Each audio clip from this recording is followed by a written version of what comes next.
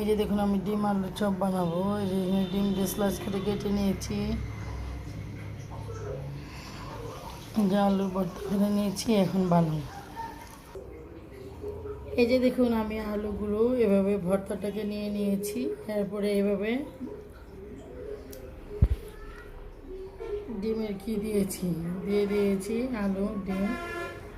এখন এভাবে আবার বন্ধ করে ফেলবো,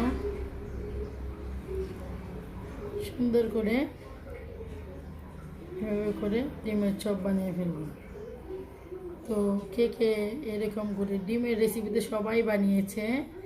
এবার আমি আলু দিয়ে আলুর চপের মতো করে ডিমের রেসিপিটা তৈরি করতে চাচ্ছি।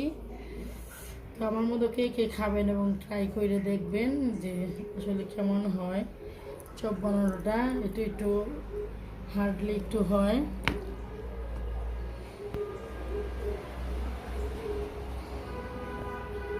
ডালটা দিয়ে বন্ধ করো।